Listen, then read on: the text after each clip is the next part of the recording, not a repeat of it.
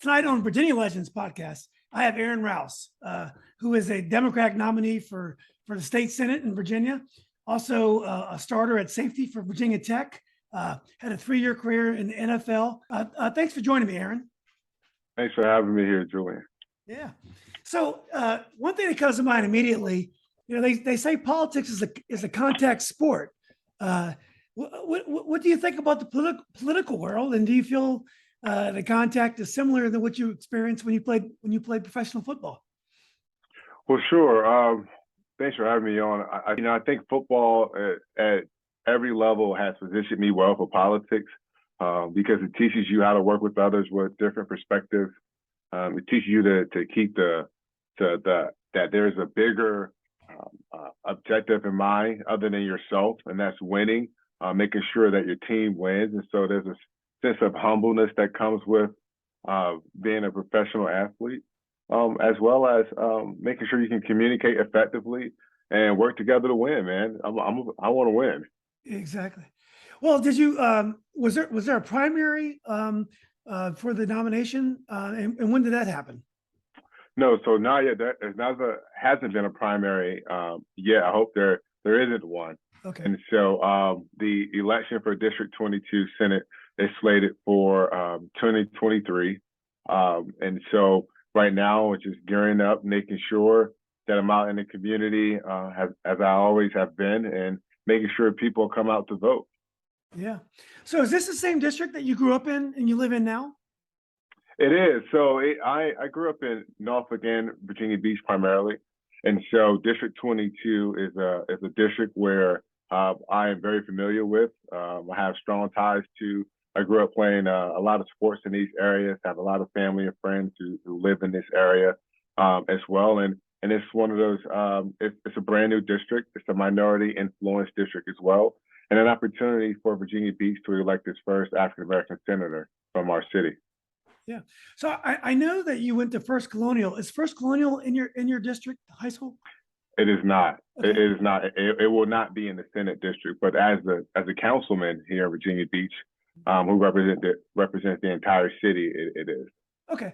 So I don't know much about Virginia Beach. You hear a lot about the 757. You hear a lot about the Hampton Roads area. I don't know tons about Virginia Beach. Tell us about growing up in Virginia Beach and the kind of sports culture you grew up in. Yeah, sure. So, I'm originally from Norfolk, Virginia. I grew up in the St. Paul's Quadrant area, and where I played football for the Clovers, Young Terrace Clovers there. Started at about 8 or 9 years old, and I played tight end. And so Wow. I started myself on the offensive side of the ball, and then my mother saw it fit for us to move to Virginia Beach, which is an extremely diverse community. I mean, you talk about, we have a strong military presence here with people from all over the world. And so coming to Virginia Beach really helped broaden my horizons and experience a lot of different cultures. And so right away, I went from Norfolk, cutting grass in Norfolk, trying to survive and take care of my family and do what I needed to do on my end to be responsible, to moving to Virginia Beach, working at the local Farm Fresh and Target, as well as Food Line. My mother raised, she was a single parent, so she raised 4 of us by herself. Wow. And so it was up to, us to kind of have a sense of responsibility and help out with bills throughout the house. And so for me, sports was my outlet. Sports and football was a way for me to stay out of trouble. But it also was a way for me to kind of get away from the pressures of life, so to speak. And I had a great time growing up in Virginia Beach. I used to work at the Virginia Beach bus garage, washing school buses throughout the summer and picking a gun from underneath the seats to make a living. And so I remember riding my bike very early on, getting up at 6 or 7 o'clock in the morning, go watch school buses, and then ride to the other end of town to go to football practice for legendary head coach Frank Webster at the time. So I played for Frank Webster in high school, and then went on to play for a Frank Beamer in college. Exactly. Yeah. So I love Virginia Beach. It really took a lot of people, teachers, first responders, community leaders, servant leaders. A lot of people invested into Aaron Rouse that you see today. Well, it sounds like you worked at a very young age. I mean, much younger than 16. You sound like you were working, when you were, 12, 13 years old. Is that Well, I think I was started working when I was about 10 years old. My wow? grandmother, she died from breast cancer at the young age of 49. And Jeez. so my grandmother was she was our rock of our family. As I mentioned earlier, my mother was a single parent. And so it was grandmother who helped my mother with Christmases and birthdays and holidays and things of that nature. And by the way, I have older twin sisters whose birthday is on Christmas Day. Oh, that's cool. And so my grandmother was the one who helped my mother out with those things. But unfortunately, she died of breast cancer. And when she passed from breast cancer, my grandfather, who was an Army veteran who grew up in the Jim Crow South, his family himself was a sharecropper and descendants of slaves, he said, "Hey, it's time to go to work." And he put a lawnmower in my hand at the young age of 10. And from then on, I've been working. Wow. He instilled in me three important principles. He said, keep God first, work for everything that you want, and your word is your bond. And that is Wow. what I live by today. Did your mother ever not discourage it, but just tell you, look, we need you to work. It's gonna be hard for you to play on these sports teams. Was there ever any pressure for you to work and not play sports? Well, no, I think it was one of those things where my mother major goal was just to graduate from high school. My mother didn't want myself or my younger brother, who's 2 years younger than I am, somehow ended up on the wrong path, like my father, who was in and out of jail, Mm. who really was in the streets, so to speak. And so my mother main thing was, hey, just get a high school diploma, and that will life will take care of itself from there. And so from that point on, seeing my mother struggle, it was a means of I'm the man of the house, and so I'm going to work. Whether it's cutting grass and making money and coming back home and giving it to my mother, that was a responsibility we all shared, and one that I didn't think, want my mother shouldering that responsibility by herself. But at no time, my mother ever, you know, made me choose or gave me an ultimatum between sports and helping the family out. And thank God I was able to do both. I know there was this one time at Target where football season was starting up, and I asked the manager to alter my schedule so I can make football season and practice, and she was unwilling to do that. And so my mother came up there and had a couple words with her, and that was the last time I worked at Target. Oh gosh. Well, she, Mama came down, laid down the law. So, Oh, absolutely. so well, who are your first major influences in sports? I know you mentioned Coach, I think Frank Webster. Who are some of your hmm heroes in basketball? I know you were a good basketball player as well as hmm football. Who are some of your heroes in basketball and football? Well, I think for me growing up, I was always, mother, siblings, and guys my age always said I had an old soul. And so I really never had a specific sports person or player that I tried to model myself after. I just had love for the game, whether it was football or basketball.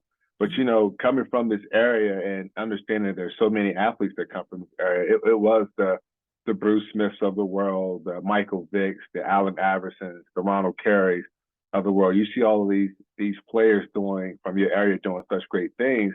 You're like, hey, I could do the same thing. But I think if I really, really think about it, it really gave me the edge to want to play sports. I have to say Sweet Pete Whitaker. I think, Sweet Pete Whitaker is from the same community I grew up in. And, used to see him come back to the Norfolk Scope and box. It was one of those things that I think at the time lit a fire in me to want to get involved in sports. It's interesting that you say that. When I talk to athletes from all over the country, primarily in the DC area, they tend to choose heroes from anywhere. But when you hear athletes talk from the 757, they often have their heroes from the 757. What is it about the sports culture down there that makes you guys so loyal to your own? Well, I think for a lot of us, the 757 and DA athletes get overlooked a lot of times. They talk about all the great athletes or ball players that come from New York or California or Texas or wherever, where have you. But when you look at Virginia, I mean, we have Hall of Famers almost in every sport. Yeah. We have great players who come from not just in football or basketball, but in baseball as well. And so this area is rich for that. And I think at a very microscopic level, looking at it, I come from a disadvantaged community, so I didn't have much access to the outside world of what other players were doing, other people were doing. And this is before social media. So, but we didn't know much about the outside world, what other people were doing. What we saw and what we knew were players from our hometown making sure that, they always kept Virginia first. And that is something that has kind of indirectly been instilled in, I think, every athlete that comes from this area. Yeah. Well, when did you know that you were special, that you had talent? I mean, I know you ended up being an incredible athlete, 6'4", I think 225, 230, could run 4.5. So you had incredible stats. But when did you know that you were special and that you could play at the next level? Well, I think when I started receiving college interest level letters, and I think I really never thought I was special. I just thought it was a great opportunity to move, a great opportunity to gain success, if you will. I thought it, for me at the time, I just wanted to get my name in the paper because I worked too hard. I was working hard as a young teen, a young kid, buying my own school clothes, school supplies, and helping my family out. And then I would go to football practice, be really good, but then I would never see my name in the paper. It was always be someone else's name in the paper. And so it really just developed this huge chip on my shoulder, like, hey, I know I belong. I'm putting in the work. I'm practicing hard. And so I think it came a time where Frank Beamer and Brian Steinscreen at the time written me handwritten letters, and they were just coming off the 99, championship season. And here they are sending me letters, and I thought, how do they even know who I am? And so once they were one of the first teams to give me a full scholarship to Virginia Tech. I thought I was hot. I thought I was pretty good then. Yeah. Well, I don't know anything about First Colonial. I mean, there are certain schools at the beach you hear about a lot. You hear about Cox a lot for soccer and wrestling. There's certain schools. I mean, Bayside had some basketball teams. Kempsville, of course, with J.R. Reed. I don't know much about First Colonial. I know that Mark Ruffalo, one of my favorite actors, went to First Colonial. Yeah. But what's the culture of First Colonial? What is the sports tradition of First Colonial? Yeah, so that's a great question. We did also have, there was another NFL player that came from First Colonial named Brandon Noble. Oh, yeah. If you remember Brandon Noble, I believe he played for the Cowboys a while ago. But First Colonial is known for great baseball, volleyball, soccer. And each of these teams have won state multiple times as well. And obviously in football, and we had our era in football and basketball. So we won a city championship when I was there, went to a couple playoff games when I was there. But First Colonial is a well-balanced school.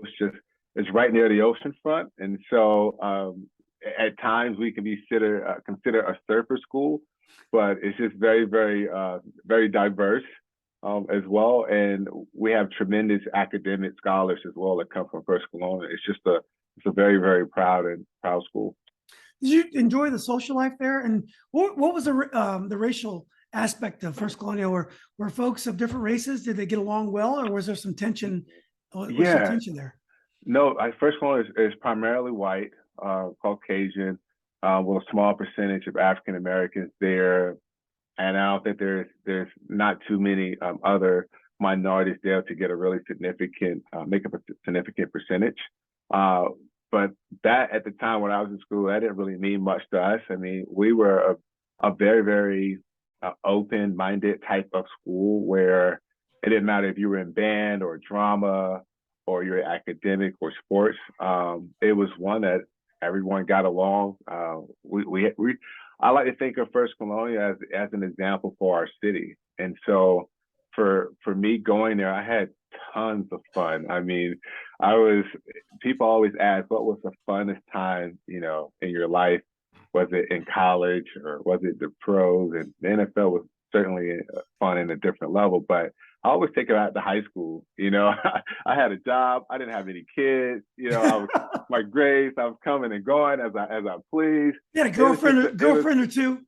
Yeah, girlfriend or two, but I was just and had just this great profound respect from not only my peers but my teachers and my coaches.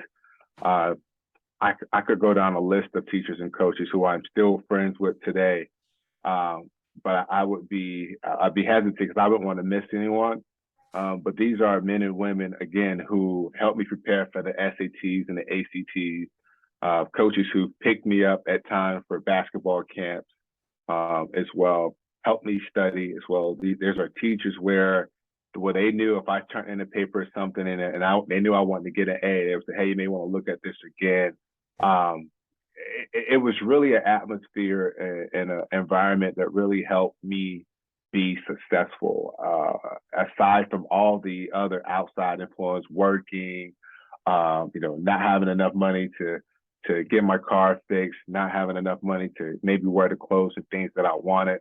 When I went to First Colonial High School, that really didn't matter. It was, I had a positive attitude, and it was because of the environment I was placed in. Well, it sounds like the way you describe it, a wealthy school, beach kids near the beach. Mhm. How did your mother afford to live in that zone? Well, we didn't. That's the thing about First Colonial. First Colonial is a very affluent school. It's right next door to a private school. It just so happens the way that it's a public school, and so we were pulled from parts of our city that's disadvantaged communities and overlooked. And Oh. so it's really an eye opener. I mean, you talk about the first time I went to a couple of my friends' homes, and their houses were big as my whole apartment building, and I'm just like, wow, you have a library in your house. This is amazing. And you talk about kids who are driving, at that time, Mercedes Benzes and Hummers to school, where my family, all six of us, were trying to fit in a little, Chevy Nova, which is like a Geo Metro. And so it just kept perspective in mind. It kept perspective in mind, and it's one that made me want to work even harder as well. I remember a good friend of mine's father who wanted me to play on their rec league basketball team. And we had he would pick me up. We had basketball practice, and he said, Aaron, you want to come over and watch the basketball game? Forget which team was playing at the time. But I said, no, I have to go home. I have homework. And he turns around, he looks at my friend, he goes, you see, this is why he's going to be successful. This Yeah. is why he's going to make it. But I just understood if I wanted to myself and I want my family to have some sense of success, then I had to work. I had to work, and I wasn't afraid of working. I think that, and I give that ode to my grandfather, who taught me don't be afraid of work. And that's something I'm never afraid of work. So. Wow. Well, I know you end up being a good basketball player as well, and Mhm. 6'4" is pretty tall for high school basketball. Were Yeah. you a Boo Williams kid, or what was your basketball trajectory? I was not. I was all city in basketball as well, and so it's funny that you asked that because my junior year in high school, I had done such a great job on the football field that when Frank Beamer decided to give me a full scholarship, and again, this was something where my family and I, we never thought about college. We didn't have discussions. We didn't sit down and think that was even an opportunity. Um, so when I got this full opportunity, this full scholarship to go to Virginia Tech, I took that scholarship right away. You don't leave that on the table. And so I did that my junior year in high school. And at the same time, my high school basketball coach said, well, now that you're going to play football, all the schools that were trying to recruit you to play basketball, they're like, they just went the other way. And so I said, oh, I didn't really know too much. They were trying to recruit me for basketball. But again, I think with my size and my quickness, I could guard every player one through five on the basketball court. And I can tell you right now, without a doubt, the best basketball player I ever played against was John Gilchrist. Yeah. John was just phenomenal. This guy was averaging 28, 30 points a game in high school. But when he came to First Colonial and I had to guard him, he had maybe 15 points. I sure kept him below what he was averaging, but I have tremendous respect for John. And he was just phenomenal, man. He was just an awesome athlete. And so for myself, if I had to think twice, and considering what the NBA players financially make, I probably would play basketball. Yeah. Well, were you and Gilchrist friends? Did you know him pretty well? Oh yeah. We were friends. It was always, I mean, I was good friends with all the athletes throughout our city. It was always just get mutual respect, but they knew whether it was on the basketball court or football field, they knew I was an animal. They knew I was, it wasn't, I wasn't going to slack or let them cut any corners. They were going to get, all of me, all that they can handle. And so we had profound respect for each other, and it made for great games. I can tell you times where I believe John played at Salem, and times where they would come to First Colonial. I mean, it would be standing room only because we would shut the gym down, and vice versa. And so that's what the type of atmospheres that I was used to playing in, and it just it makes for fond memories. Yeah. Who's your basketball coach at First Colonial, and what did you learn from him? Wow, that's a great question. So Mark Butts and Jay Lane were my basketball coaches, but it was Jay Lane. So interesting enough, if it wasn't for Jay Lane, I would not be playing football today. I wouldn't have played football whatsoever. So Jay Lane was my middle school seventh grade math teacher. He was my seventh grade math teacher. And so I remember I was playing for Lynn Haven Middle School, the Blues down here, and then the Bluefish down here. And I was upset at practice because I wasn't getting the reps or respect I thought I deserved.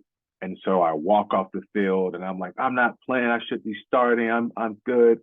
And I walk off the field and I go into, our field was right next to our gym. And I walk into the gym and Jay Lane comes in there and says, what are you doing here? Don't you have football practice? And I was like, no, man, they're not playing me. I should be playing. And Jay Lane said, what? Like, you're better than that. He had a great conversation with me saying, now go back out there and show them what you're really made of. And I was like, okay. But that was the first time, a man, an African-American man as well, actually spoken to me and not at me. And so I went back out there and the rest is history. Now, when I went to First Colonial High School, Jay Lane thought it was well and to follow me. And so he came over to First Colonial High School, and I still give him, a lot of flack today. I said, man, you followed me from seventh grade all the way through high school. But him and Mark Butts, these are guys where, we would have some elite basketball games. I didn't have a ride. I believe our Summer League basketball games were at Norfolk Academy, and that's about 13, 14 miles away from here. And Mark Butts would pick me up. He would ensure that, if I had needed shoes or something like that, he would make sure I had. He was there to have a conversation with me. He mentored me. Both these men did, and we are still very great friends to this day. And so these were, again, I didn't have a father growing up, but I would say when I reflect back on my times in high school, these men would probably be the closest thing to one I've had. And I have tremendous respect and love for them. Yeah. Well, I saw, I went through your record and I did see that you guys had some really big wins. I think your junior year, I think you beat Heritage, and I'm going to state that year, I believe. And maybe it was a Christmas tournament because Heritage is from the other side of the it's from the Hampton Newport News area. So you guys had a good run. You guys had a good team. Yeah, we had a very good team. We were, I think we lacked a backcourt at times, but we had a very, very good team. I mean, we had a tall team too. I got an opportunity to play. I was my older cousin is about I think he's 3 years ahead of me, older than I am, and so he played the 4 and 5, and I got an opportunity. What was his name? Michael Rouse. Okay. Michael Rouse, and my uncle is Powerhouse Rouse. He was a boxer back in the day. Oh wow, cool. And so I got an opportunity to play with them, but I was just, just freakishly athletic. I played everything from the 1, 2, 3, 4, and 5. I could guard every position. And so I never came off the court. I stayed even on the football field back in high school. I never came off the field. Coach always say, you have a great engine on you. And so, but we had a really, really solid team and a tall team. I think we averaged about 6'2", 6'3". And that's different from what I see today when I go to high school games. I mean, every kid now has gotten smaller. And so, and they look at me and they say, "Wow, what did you play? Did you play you play a linebacker or something, right? Or DN?" I say, "No, I play safety." Exactly. Like, what? You Yeah. play safety? Yeah, so play. Yeah. Well, what about football? So did when you started at First Colonial, were you on varsity right away? Did they know you were going to be special? What was your football arc? Well, yeah. So I came, like I said, I came from Monhaven Middle School, and so I thought I wasn't getting the proper recognition I deserve, and I'm sure every athlete probably feels like that at some point in time. And so we had Frank Webster was an old school coach, and he was attention to detail, no excuse, type coach. And so when I first came on the First Colonial, you started off on JV. It was one of those things you have to work your way up as well, pay your dues, so to speak. And so playing for JV, I played for Norby Wilson. And Coach Norby Wilson, I mean, he's a legend in his own right. His baseball teams, believe they won a state title in baseball. So he was coaching JV at the time, and we ended up going undefeated. And so we had the only undefeated JV team at that time. And now they were like, "Oh, you can play varsity." So I would play JV and then dress out for varsity. And I think right around, beginning of my 10th grade year, they started seeing like, "Oh, wow, okay. Like he can hit, he's fast, he has hands, he's really athletic." And so I started getting a little bit more respect on the field. And I think once that happened, I was a starter. I played everything from tight end, linebacker, safety, quarterback, receiver, running back. I played whatever they needed me to play, and that's why I was really surprised and humbled when Virginia Tech came my junior year, and all I had to do was take the SATs, ACTs. I passed those with great help from my guidance counselor at the time, Andy Miller. We ended up getting a new coach, Sam Scarborough. Also, Jaton Hines was our track coach. He helped me with my speed as well. Jimbo Godfrey was just, insane, just, a hyper strong guy who just wants you to go hit everything. And so these men helped me prepare. And also my principal, Dr. Hazel Jesse, she's retired now, but she was a alumnus of Virginia Tech. And so everyone just helped me, prepare. I had to take the practice SATs and make sure I was studied. And so when I passed that and, was able to be accepted to Virginia Tech, my senior year, man, I was on clouds my whole senior year. It was pretty awesome and amazing. And at this time, once I committed, there was no wavering. Again, my grandfather instilled in me, once you give somebody your word, that's your word. Yeah. And so once I committed to Tech, it was like, all right, that's where I'm going. But Miami came hard. Georgia Tech was recruiting me hard. North Carolina State, North Carolina was coming at me. West Virginia. I got a couple letters from Ohio State, Tennessee, one from UCLA as well. Georgia was recruiting me hard. And so all these teams were recruiting me hard. But what's in my mind was I wanted my mother to be able to see me play. And I knew if I went out of state, we didn't have the money for her to even come see me play. And I was like, well, at least in Virginia, she'll have somewhat of a better chance to come see me. Yeah. Well, who were some of your memorable teammates in high school football and also your memorable opponents in high school? Yeah. Oh, man. So teammates, we got Brett Van Bell. He was our quarterback. We have Jerome King. I mean, this guy was probably the best football player, one of the best football players I ever seen. And he was just solid. I mean, could run, could throw. I mean, it was just amazing. Colin was our quarterback before that.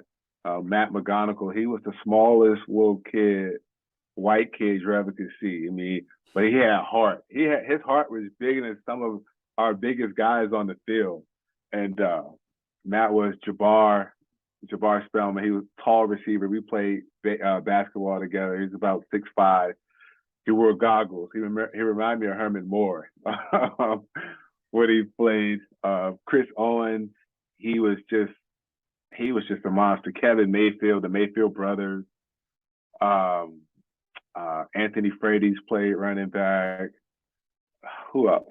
It's just that whole entire team. I remember all the guys from our team. It was just a bunch of guys who loved the game and enjoyed playing the game as well.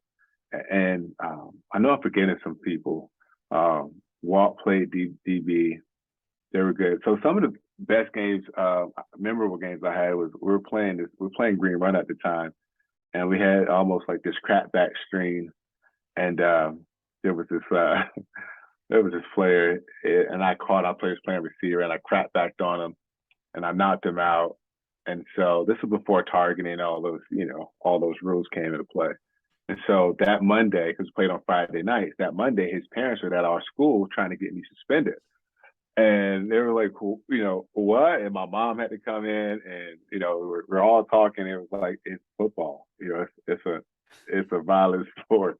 And so that was interesting. It was a player. He was a really good running back, and he was really good. God bless his soul. He had a crazy accident where he passed away. But I remember he was a good running back. In Virginia Beach at the time, and they ran this toss sweep, and I just came and I cleaned him. Boom! I mean, knocked him off his feet, hands, everything in the air. He fumbled. Well, I believe that next year he transferred to Deep Creek and didn't play anymore in our city. I like to think that was because of me, but you never know at the time. Also, I had 6 touchdowns in one game as well. I remember Brian Steinstream was recruiting me. I forgot who we were playing. I was playing receiver, and he was right by the end zone, and he had his son there at the time, who's an adult now. They threw me a 9 route, and his son was down the end zone playing. I think it was near the field, and he was trying to get his son off the field, and I go up and I high point the ball and score a touchdown, and he was like, "Yep, this is the guy. This is who we want." And so I have a lot of fond memories from that time. Like I said, that was the most funnest time in my career. Yeah, it's nothing like high school sports. So yeah, we end up going to Tech. You were loyal to Coach Beamer, and Tech was the first school to show interest in you, and show you the money. Listen, what was the adjustment to Blacksburg? I mean, all of a sudden you come from a beach community and a very close family, and you're kind of in the mountains at a large university. Did you enjoy Blacksburg right away? That's a great question. No, it was scary.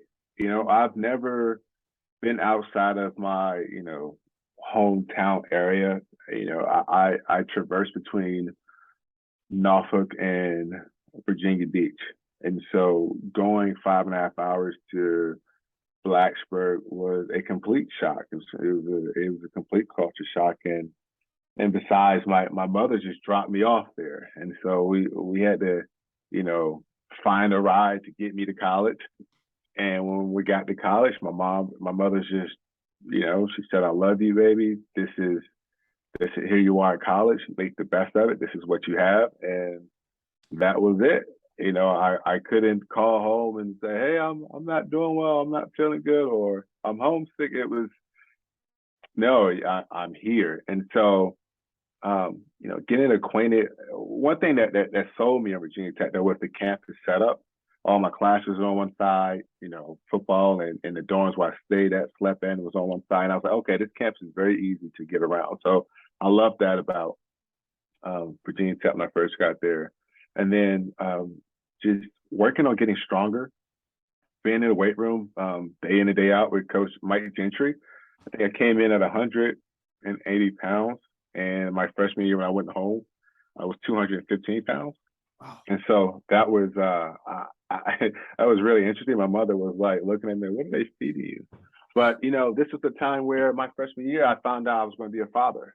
And so, we were playing Air Force in the San Francisco Walnut Bowl, which I don't believe is around today. And so it's my first time on an airplane traveling 5.5 hours away to California. And I'm just, first of all, I'm freaking out because we're on an airplane.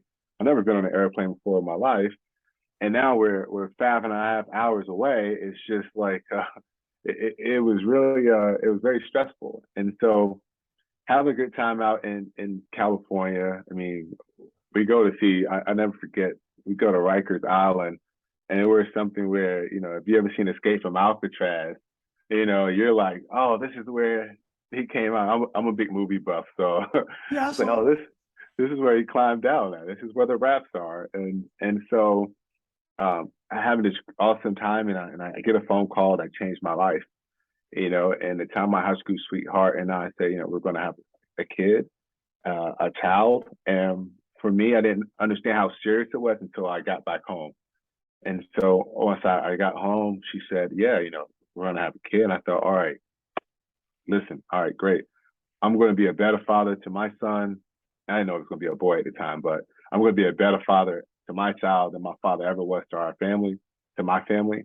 And so I remember having to tell Coach Beamer, Brian Steinstream, Coach Kavanaugh, Coach Ward, Coach Foster. I remember I had to tell the coaching staff I was not going to be there between spring and summer to get stronger and get acclimated to the team and school for that fall. And Coach Gentry, I said, well, listen, I'm going to go home. I'm going to get a job.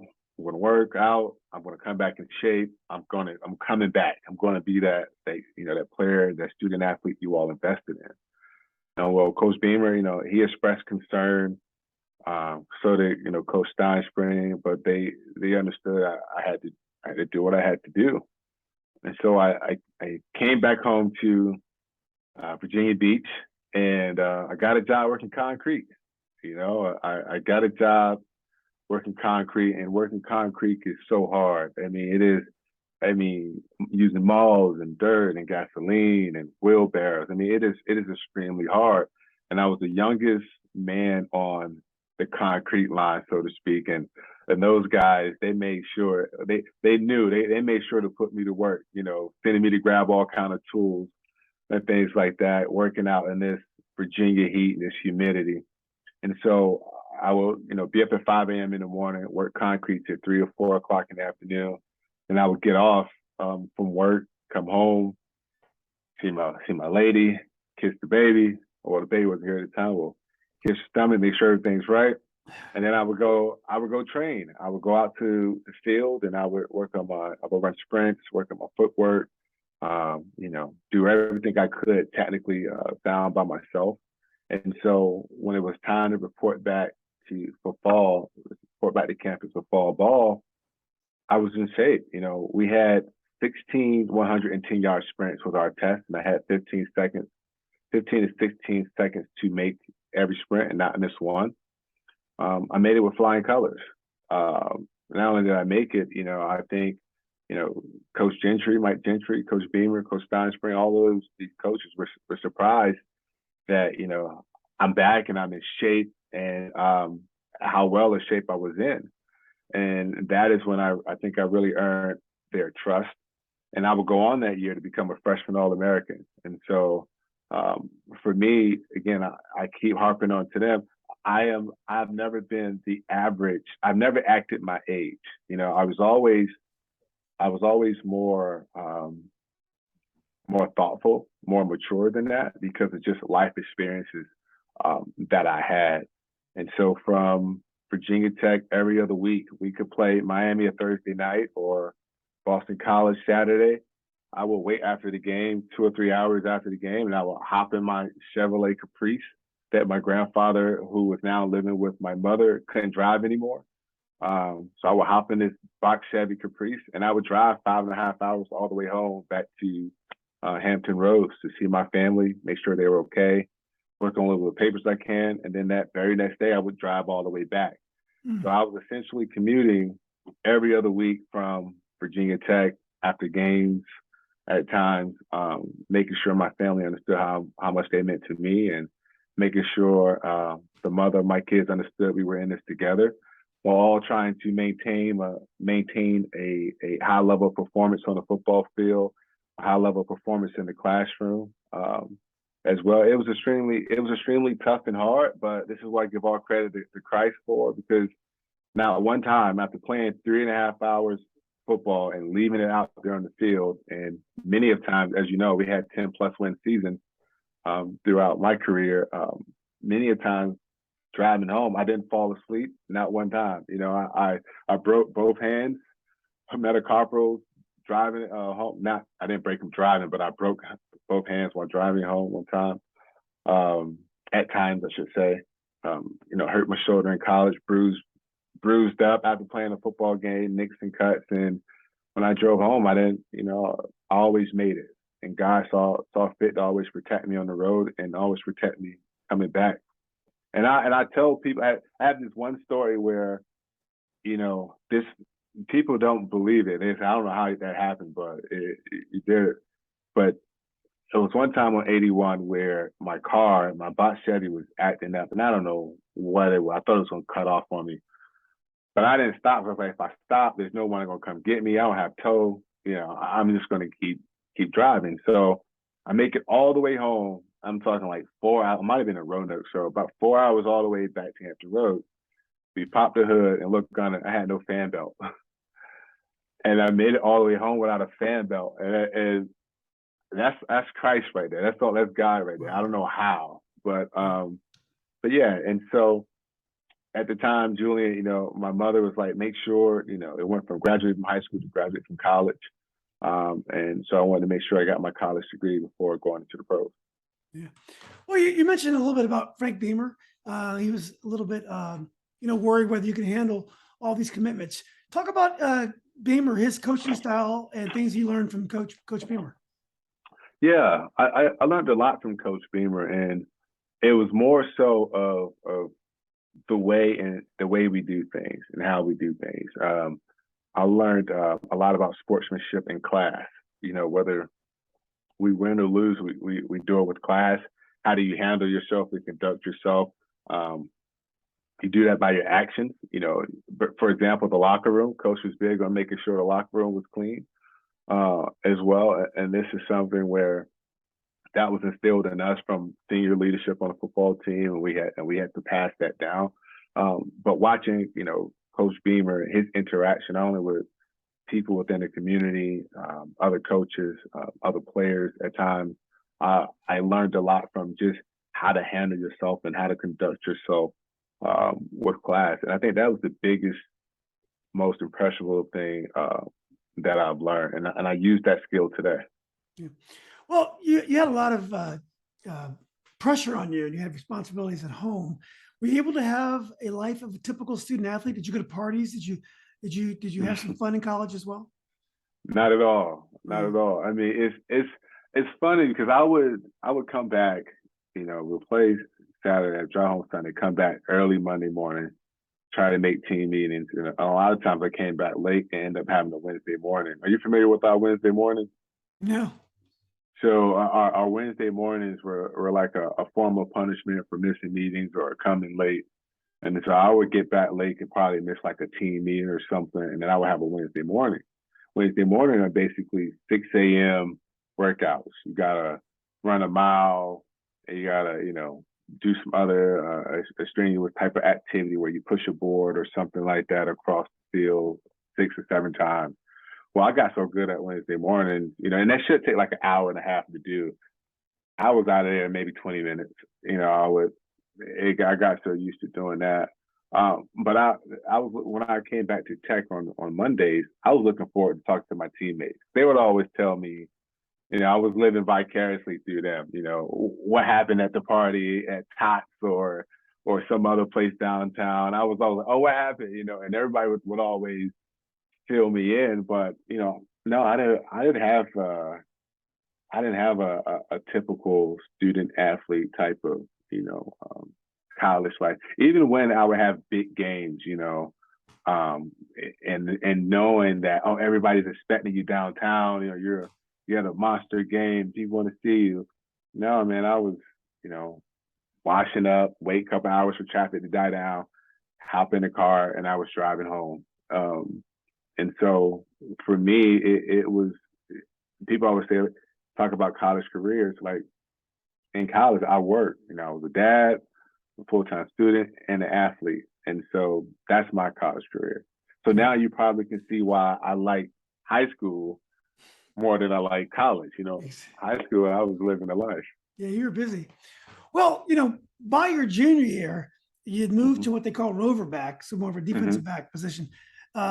Describe the process of you getting comfortable with major college football, because your junior year was an incredible year for you. You really kind of took control of the Tech defensive backfield. So, but it took a couple of years for you to get that comfortable. So, to kind of just describe that process up until your junior year when you really became a leader on that Tech defense. Yeah. Well, I don't think it was a matter of comfort for me. I mean, I understood the defense. It's something that just came natural for me. I think it was more comfort with my position coach, Coach Kavanaugh at the time. And then also, we have I play with a lot of great players on our team as well. And I think there's opportunities to where you best utilize that. And so for me, once, that rover position became open, I had a talk with my position coach at the time, who wanted me to stay at outside linebacker. And I was like, listen, we have James Anderson, who's a solid, great football player, as well. I was like, but there's no one at rover. I can do both. And so Brian Steinstreet wanted to recruit me, but he was on the offensive side of the ball. And so I don't know if my position coach at the time understood the athletic ability that I possess. And so I said, as I always done throughout my life and been taught, having to, approach matters firsthand for myself. I can't call my mother to come fight my battles for me. I always had to address the issues head on myself. And so I said, well, I want to talk to Coach Beamer. And so I went to Coach Frank Beamer and I said, listen, Coach, I just want an opportunity. I'm not asking you to give me anything. I just want an opportunity to play rover. I played safety and DB and everything else in college, as you know, and I just want an opportunity. And he looked at me and said, all right, I'll give you a shot. If you can play that, you do well in winter workouts, you can go there in the spring. And so he gave me my opportunity, and the rest is history. Yeah. Well, your junior year, you had an incredible win over Georgia Tech, and I believe they were rated at the time. I think you beat them maybe 45-0 or something like that. Do you remember that game? It was a pretty big win that year. Yeah, it came to Blacksburg that year. Yeah. Yeah, they came to Blacksburg that year. To me, it was a pretty big win, but my most memorable win of my junior year was the start of my first career start at rover at North Carolina State. If you remember, that game went down to the wire, and I had the game-saving interception. And I had 2 interceptions that game. And so that was really my breakout, I want to say breakout year that made everyone understand on the coaching staff, because I had nothing to prove to anyone other than, my teammates and the coaching staff that I told you so. I belong here, and I also had a scoop and score, picked up fumble for a touchdown, but they called that back. But that team though, that team was just, we really played for each other. We were fast, we were aggressive. You couldn't even look at us wrong doing warm-ups, because we was gonna come find you sometime during the game. We were well studied. We watched film together, and we practiced hard. Our practices were like mini scrimmages almost. At times where coaches had to dial it back because they were from fear. They didn't want anyone to get hurt before the game. But when we got on the field, on Saturdays, it was cake, man. It was cake because it was like these guys are like coming harder than the guys I'm facing in practice. Yeah. And I think our preparation and I think all of there's no guy who no teammate, no former teammate that I know that would say we give, if obviously the head coach Foster make sure we were prepared and ready to play, but Coach Mike McCarthy was like the foundation of it all. I mean, we were strong, we were solid, we were fast, and it showed on the football field. We were in shape. I mean, I think I can't give enough credit to Coach Gentry having us ready to play. Well, was winning the Gator Bowl a memorable moment in your career?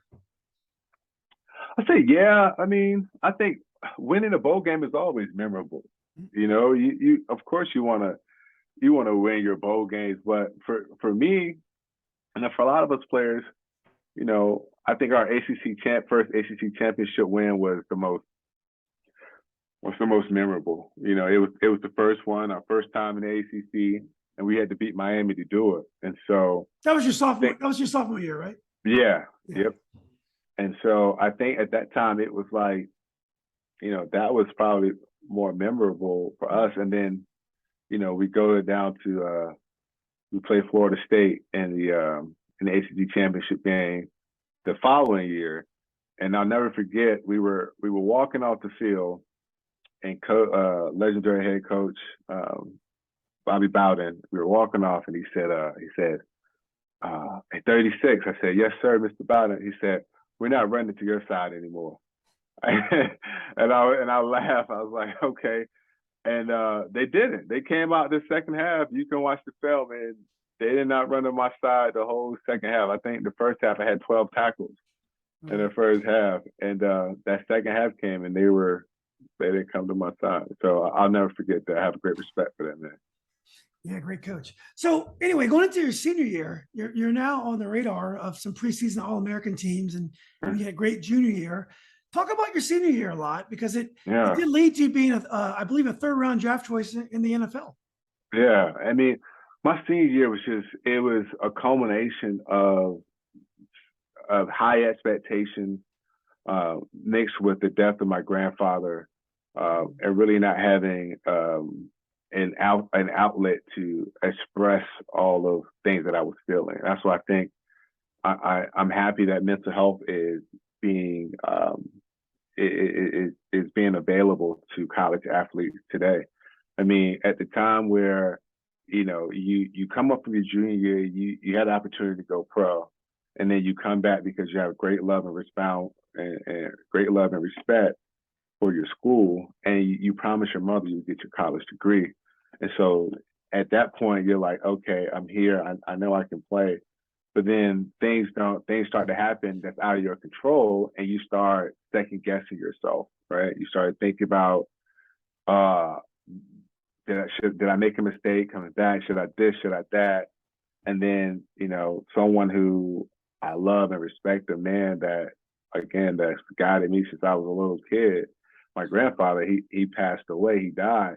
And I remember, having this moment and in front of the Merriman Center, just by myself and not having anyone to talk to, just bawling, just letting it all go.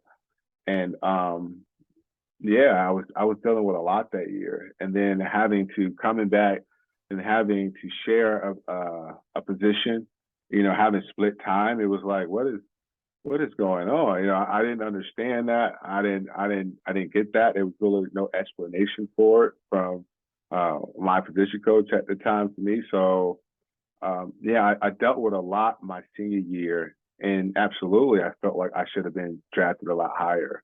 But what I understand now is God don't make mistakes, and so I am.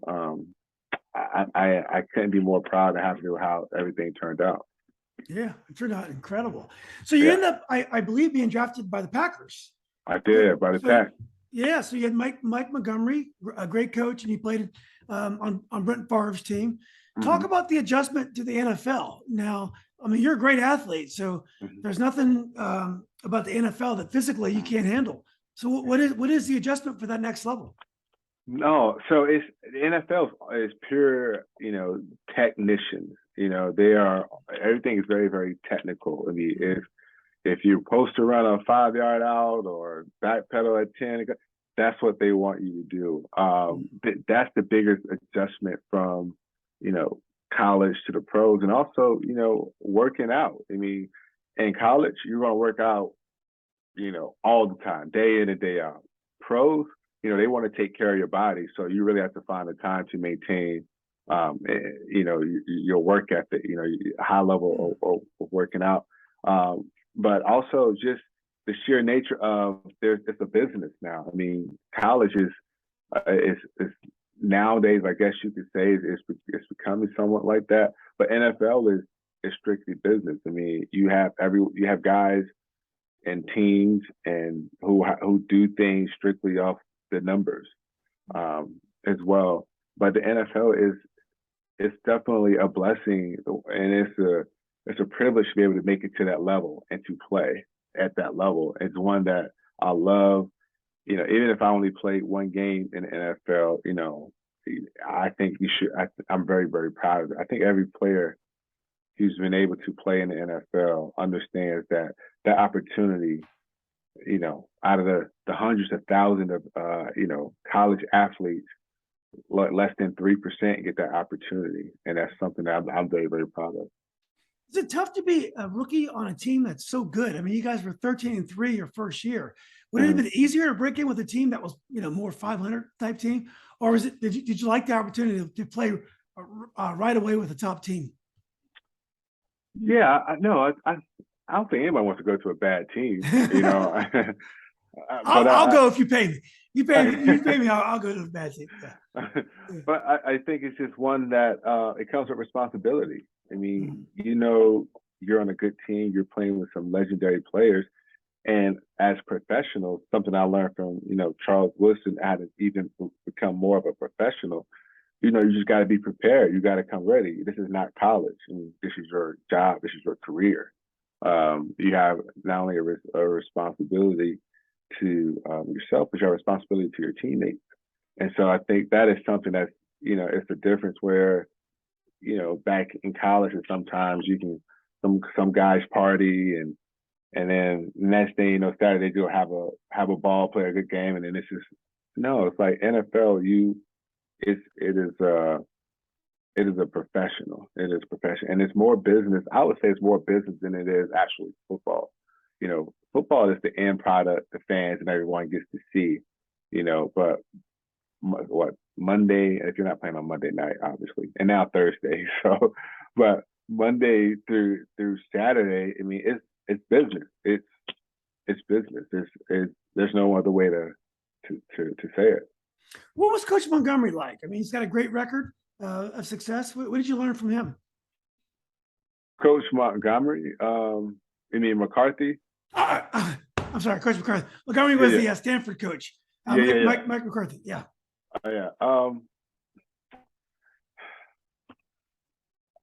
Like Coach McCarthy, I mean, he's a coach. I don't have much. Coach McCarthy is a coach. I don't have much. I guess much description of the guy. I mean, he's a coach. That's all. That's pretty much. Well, so in the pro, the coach kind of stays removed from the players, and it's more your position coaches that you dealt with on a daily basis. Yeah, well, I think I think in the pros, the head coach gets to obviously dictate where any head coach can dictate where they want to go and what they want to do. In this terms, I think Mike McCarthy was more so on the offensive side, and then at times where we went to two defensive coordinators, so at times, but it isn't one that, at least from my perspective, it wasn't one that it was a day in day out type of interaction with the head coach. Did you get to know Brent Favre at all, and did you get any sense of the Brent Favre, Aaron Brooks kind of rivalry that was going on? Aaron Rodgers. I'm sorry, Aaron Rodgers. Yeah. No, I didn't, man. I knew because we played against Aaron Rodgers in college, and so I knew Aaron Rodgers could throw the ball. I knew he was pretty good, but I also had a great respect for freaking Brett Favre. I mean, it's Brett Favre. You know, he's guy's 20 years older than you, still playing the game and still able to throw the ball. And so at times where, you know, Brett Favre would be in practice, he still had a sense of humor. And that's one thing that, you know, I really appreciated about Favre. And again, I'm on the defensive side of the ball. So the only interaction you would get with Favre is, you know, maybe a team meeting or if you're going to eat or something or in 7-on-7. But I always respected the fact that he had a good sense of humor. I remember one time as a rookie, I was walking in to our field house for practice, and Favre yells to me, heads up, and I'm ducking, you know, and there's no ball coming. He's just messing with me. So stuff like that kind of makes you feel like, you know, you're part of the team as well. And so I have great respect for him. And then A-Rod, I mean, you knew A-Rod was going to be, at least from the team, you knew A-Rod was going to be special. He just had to wait his time. And, you know, again, it's a business in the NFL. It's a business. And and one thing you learn in NFL, you don't get into other players' businesses. You don't dabble into a guy's contract, his performance, you know, any of that. All you know is, you know, that's your teammate, and you guys go out and play together. And so, well, you know, in your life, football was a major part of your life, and sports generally, because basketball as well. But then, like all athletes, at some point it comes to an end. Was it a difficult adjustment when you stopped playing football and you started thinking about what's next? Yes, absolutely. It was a difficult adjustment because my career was interrupted by a car accident that was not even, you know, that I had no say so in the matter. And so I was with Arizona Cardinals at the time, and we were just finished playing the Houston Texans, and we were going to travel the next week or the next day to fly to play the Tennessee Titans. And I was sleeping in the passenger side of a car and reclined. And again, I'm 6'4", and so I wake up. There's cars flipping. You know, there's another car hitting us, and I think I'm in a movie scene. I don't know what's going on, and I hit my neck on the roof, hit my chest, hurt my ankles, and then and the NFL comes and says that's it. You know, like if you get hit the wrong way, it could be over. And you go get these second opinions, and doctors say, well, you're going to heal fine, but there's always that potential. If you get hit the wrong way, it could be over. Well, that wasn't something I was prepared to take. So I worked out the best shape I ever in, did everything I needed to do to rehab, and thought that, you know, where my opportunity is going to come back in. And I get a call from Marty Schottenheimer. You know, Marty Schottenheimer, hopefully one day he'll be in the Hall of Fame as well. But Marty Schottenheimer calls and says, hey, do you want to play in this other professional football league that's coming to your hometown? And I said, absolutely. And we go out, you know, we play, we help Marty Schottenheimer win his first and only ever championship, to where I was the championship game MVP, had 3 interceptions, 1 for a touchdown return. And so I'm sitting there and I'm waiting and I'm thinking, all right, NFL, where are you? I told you that I could play. I told you, you know, you see for yourself, I'm doing good. I'm good to go.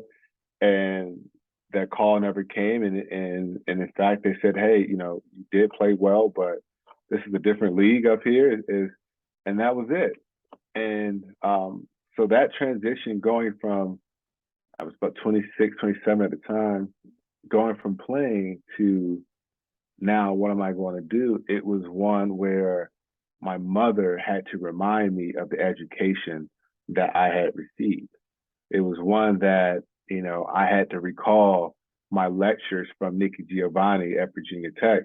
It was one that from my teachers, it was one that memories I had to recall from my teachers in high school, who reminded me that it was my education. My education was a way for me to be successful. You know, football was just an opportunity. person wanted to pay for college for me. And so for me, it was again reminding myself that I was much more than an athlete. But like anything in life, if you do something for 20 years or more, 15 plus, or even 10 years or more, you begin to shapes your identity. So that transition was hard. But I got my degree. I earned my degree in sociology, Bachelor of Science from Virginia Tech.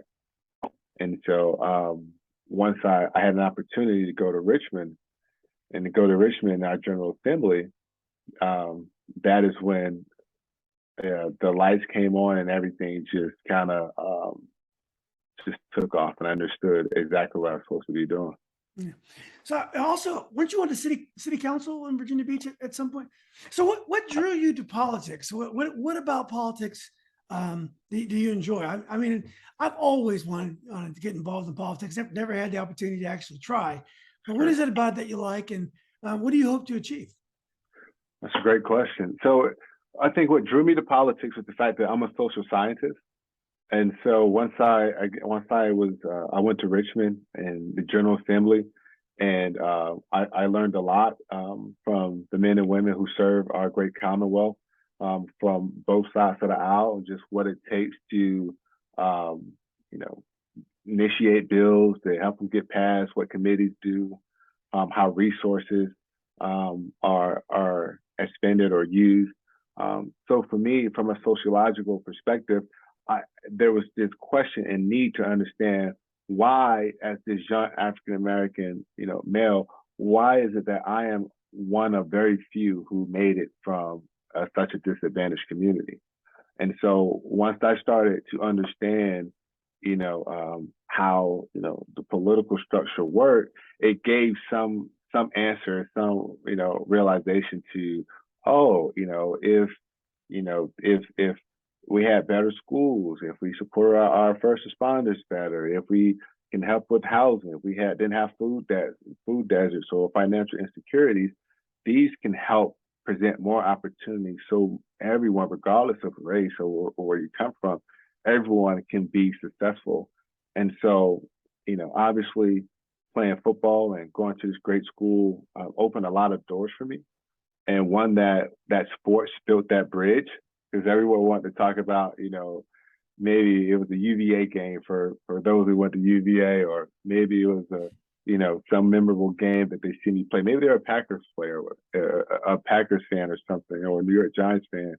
And that's all great.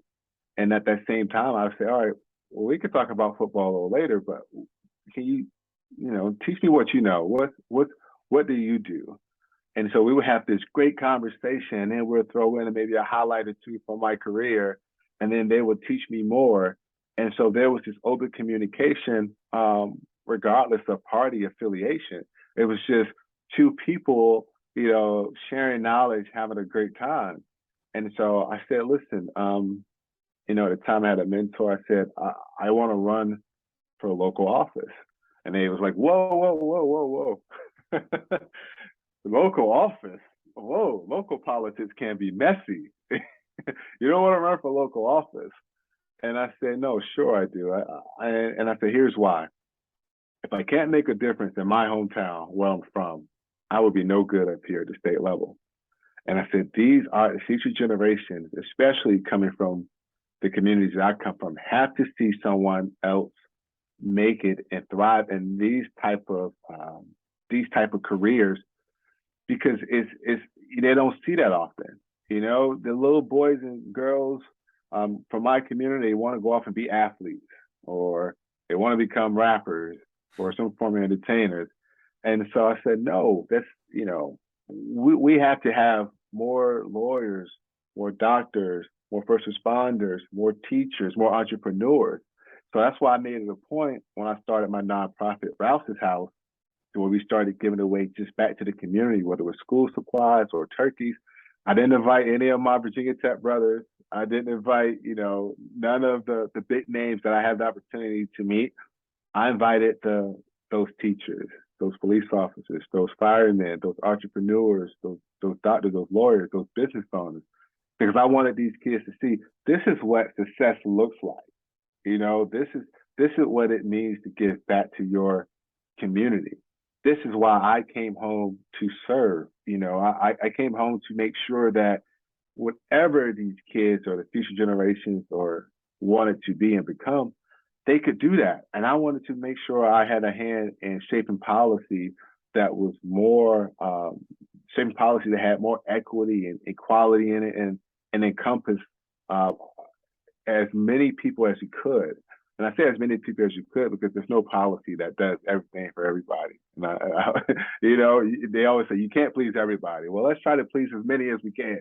And so that's why I serve it. And I don't care who gets the credit. And I take my hat off to Bud Foster and Frank Beamer. In this political world, what I've seen is that so many politicians want to get credit for doing something. They want their name to be, oh, I spearheaded this.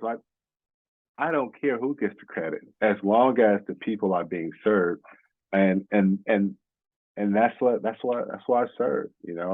I am truly committed to our community and making sure that people in our commonwealth, regardless of race, sexual orientation, religious beliefs, whatever, you have an opportunity to be the best human being you can be, and that's what it should be about.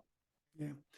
Well, Aaron, we're lucky to have you. You're a great role model to your community, but also to black men in general, black boys, black youth in general. So I am excited to see what you're going to achieve. One last question for you. One thing about your journey, a lot of times in your life, you didn't have a lot of decisions to make. Things were kind of forced upon you. Your father wasn't around. You had to work. You ended up at a school. You went to tech. You had a child. You had to go home. You weren't able to party. Your NFL career was over because of an accident. A lot of decisions you made in your life were kind of forced upon you. If you had to advise a young Aaron Rouse things you could do a little bit different, what would you do? Because when I think about your life, a lot of times you didn't have a lot of options. You had to make the most of what was in front of you. Mm-hmm. Wow, Julian, that's a great question, man. I would tell a young Aaron Rouse, don't stress so much. I probably have a lot more hair now. But I would tell him, don't stress so much, and rely on your faith in Christ. I think again is I used to worry about how I'm going to get these cleats, or if you go to this school like First Colonial, everyone's talking about being legacy, college kids, and I didn't even know what that meant at the time. Like what does that mean? It's my mother and my father, we all went to the same school. So, okay, and you're like not even thinking about college, and you're stressing. Am I gonna go to college or not? Or stressing about whether or not you may end up in jail like your father, or you may end up dead because you didn't join this street gang or things like that. Stressing if you could stay in college while trying to take care of your son and his mother who are 5.5 hours away, and are you going to graduate? You got this exam, you're going to be able to get this exam, and then playing. Am I still going to be able to, play at such a high level? Just stressing. And I would tell myself, Aaron, don't stress so much. God has you. He has you in His hands. And I think if I was able to give that sense of relief to my younger self, I think I might have an afro right now. or at least a flat top, right? At least a flat top. Top, man. But I wouldn't have it any other way. I think for me, what the guy you see today is a guy that's learned from his experience. It's a guy who's learned from his life experience, and one that I try to utilize, learn from just, again, all the adversity. For me, I was speaking at this high school this past year, and this young lady, she was in the 10th grade, and I was speaking to them, and I don't know what this young kid was going to ask me, right? I'm thinking she's going to maybe ask me something about work, and she asked me this question that stays to me, that sticks in my mind every single day. She asked me, she said, Councilman Rouse is what she used to call me. She said, Councilman Rouse, she said, how did you keep from becoming bitter about, not having everything that you need, about your father being in jail, about always having to work, and how did you keep from that? How did you stay positive? And it was one that caught me off guard because I didn't really know how to answer. I was stuttering, and I said, that's probably the toughest, greatest question I've been asked. And upon reflection, I reflect upon it every single day, and I keep coming right back to Christ, to this, to the notion that what God has for you is for you. And so I tried to answer her in that sense, realizing I'm in school and I don't want to miss, religion in school. And so I try to, answer it to a way to tell her, listen, your experiences are going to define who you are. How do you respond to your experiences? Whether or not you let life kick in your butt and keep you down, it's going to define you. Whether or not you stand back up and you overcome your adversity, it's going to define you. But to understand, nothing stays the same. Nothing, no one, no plant, no living thing stays the same. And so I said, for me, I just chose to always get up. I just chose to always overcome whatever I'm facing and to focus on the task at hand. So many of us, we look at, what I got to do Tuesday, then Wednesday, then Friday, and we look at this tall list of things, and it becomes so insurmountable, like it's so big, immeasurable, I should say, it can weigh you down. And I said, no, you just take it one day at a time, because Julian, as much as we like to prepare for tomorrow, we don't know what's coming. No one knows what's going to happen tomorrow. So it's up to us to live a complete day. And so I try to live a complete day every single day. Wow. Well, look, Aaron, it's been great meeting you. Best of luck in your election. I hope, I go down and visit Kevin from time to time, Kevin Martingale, our mutual friend. Mm-hmm. So I hope next time I'm in town, we can get together, have coffee or have dinner or something like that. I'd like to meet my son. You'd be a great role model for him. He's at UVA, though. Hopefully you guys can get along. Absolutely. Listen, I'm cool with UVA fans until we play each other. Exactly. Well, you guys, yeah, go ahead. I'm sorry, go ahead. No, you guys usually beat us, so you should like us. Yeah. It's too close. It's too close nowadays. But if I can, I'd like to just, plug my website if I can. Of course. So everyone, please, I would love to have your support to represent our great Commonwealth. Go to rouseforsenate.com, have some of my bio in there, and also places where you can support and donate. And if you have any questions, please email me. I'm an open book, and I'm happy to talk to you. So thank you. Also, follow me on Twitter at Aaron Rouse by Beach. That's Aaron Rouse by Beach. Verified. Look for blue check. Instagram at Aaron_Rouse. That's AAR0 N_Rouse. And hopefully meet you all one day. Yeah, and this will be in the comments of the video, so folks can find it there as well. So okay, great. I'll make sure they'll be able to find it. Yeah. Okay. Yeah, but again, Aaron, best of luck. And again, I'm really looking forward to meeting you in person. And I really hope you win, because I know you'll do more great things. Thank you so much, Julian. Thanks for having me, man. I really enjoyed this conversation. Oh, it was great. We'll do it again after you win. All right, we will. All right, buddy. All right. Take care. Bye-bye. All right, buddy.